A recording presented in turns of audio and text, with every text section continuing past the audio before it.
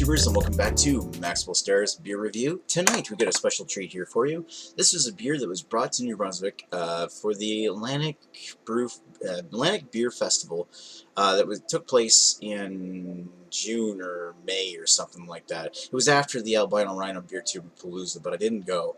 But one thing that did happen after it was that a lot of the beers that were featured there were listed in the NB liquor stores, and a lot of them were brought and actually sold across the province at some of the A stores, which included the local one here in Canada, Cases Valley.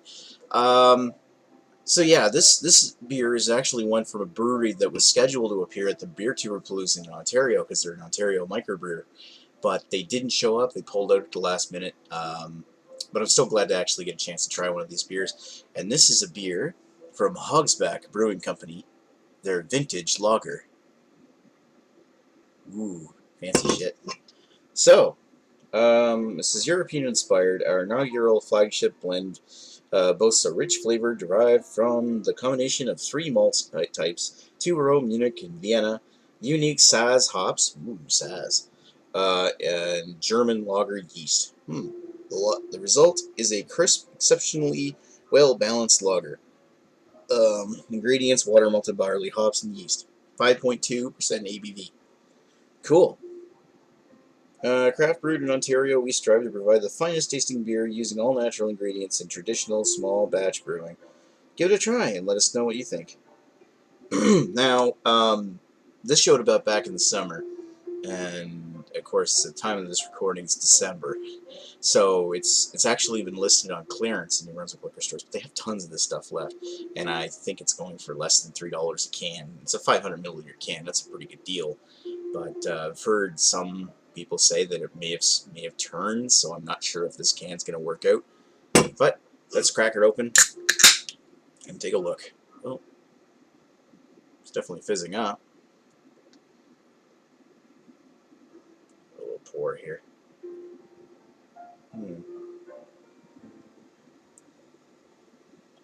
Now, before I get down to the nitty-gritty of my review, I want to snap a quick picture. Those that know me personally know that I've really turned myself into a camera nerd the last couple of years. The last year. So, ooh. Hope it hasn't turned.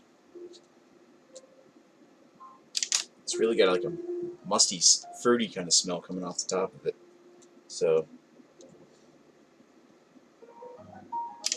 you know, being a camera nerd these days, this actually reminds me of the smell of, it kind of smells like film, like actual real 35mm film. So it's got that weird, creamy kind of smell, lactic, spoiled milk kind of smell. But I'm not 100% convinced that this has gone bad. That might just be some way the malts are interacting with the hops. Because on top of that, I'm getting that grassy hop. I'm getting this almost like a peach smell. But I'm also getting a side of feet. So, I don't know. Appearance-wise, it's slightly hazy. Lots of carbonation. I mean, lots of carbonation coming up through the center of that thing. Puffy white head, and it's dissipated. I've got about 1/3 of what was there. Right now it's a finger, but I had more. Lots of sediment. Like, basically, it's, oh, what do you call those things? It's where they're aerated, but there's stuff floating in the water, so all the particulate are sort of almost swimming in there because they're being pushed constantly up by the air coming up. But there's a lot of sediment just sort of suspended in the middle of the beer, and it's, you know, it could be just the sediment that was at the bottom of the can and the one I had before, but I had one of these back when they first came out, and it was alright. Anyway, I've already described the appearance and smell. Let's put it down the hatch. Yeah. Bit metallic.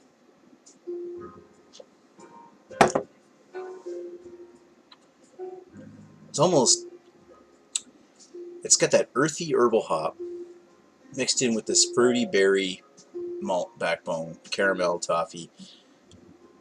but the way it's sort of blending right now, it's almost coming off as a little sour. It's like sour grapes. And it's almost, I know somebody like, I doubt Hogsback used chemicals in the brewing process, but it kind of has a, almost, gives it almost a chemical taste.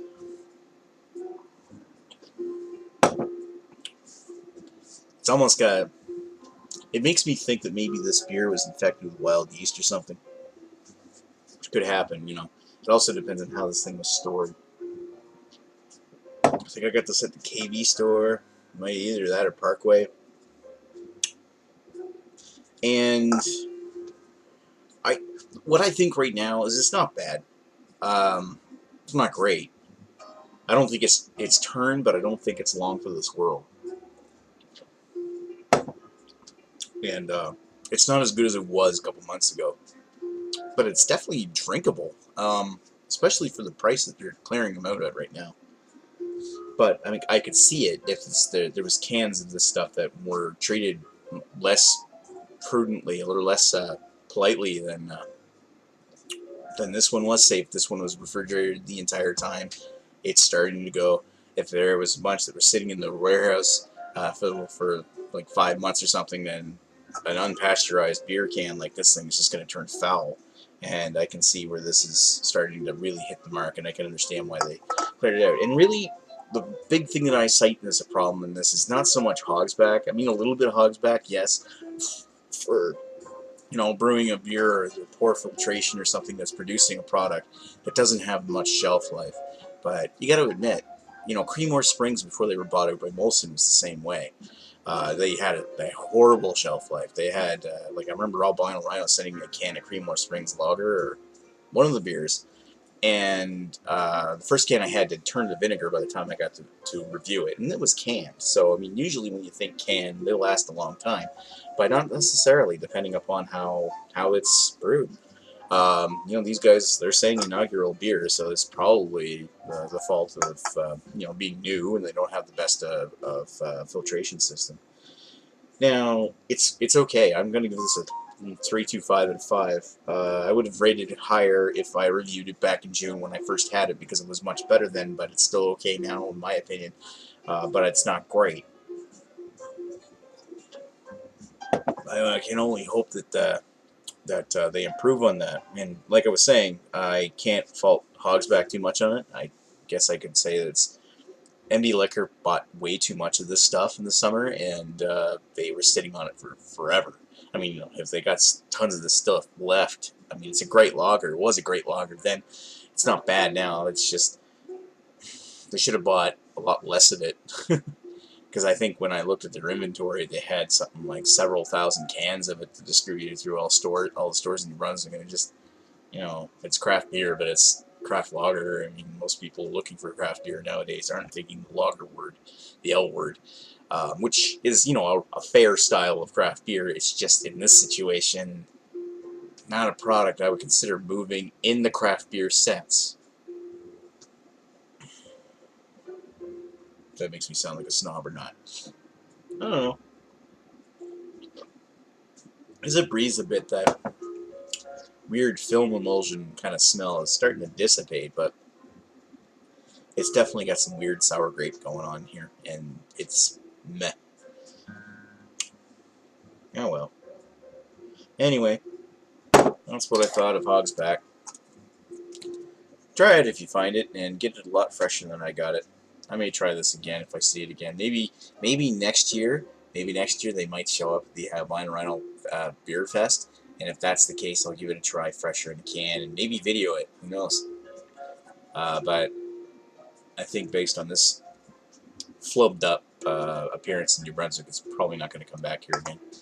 Anyway, thanks for watching Maxwell Starr's Beer Reviews. Talk to you folks later.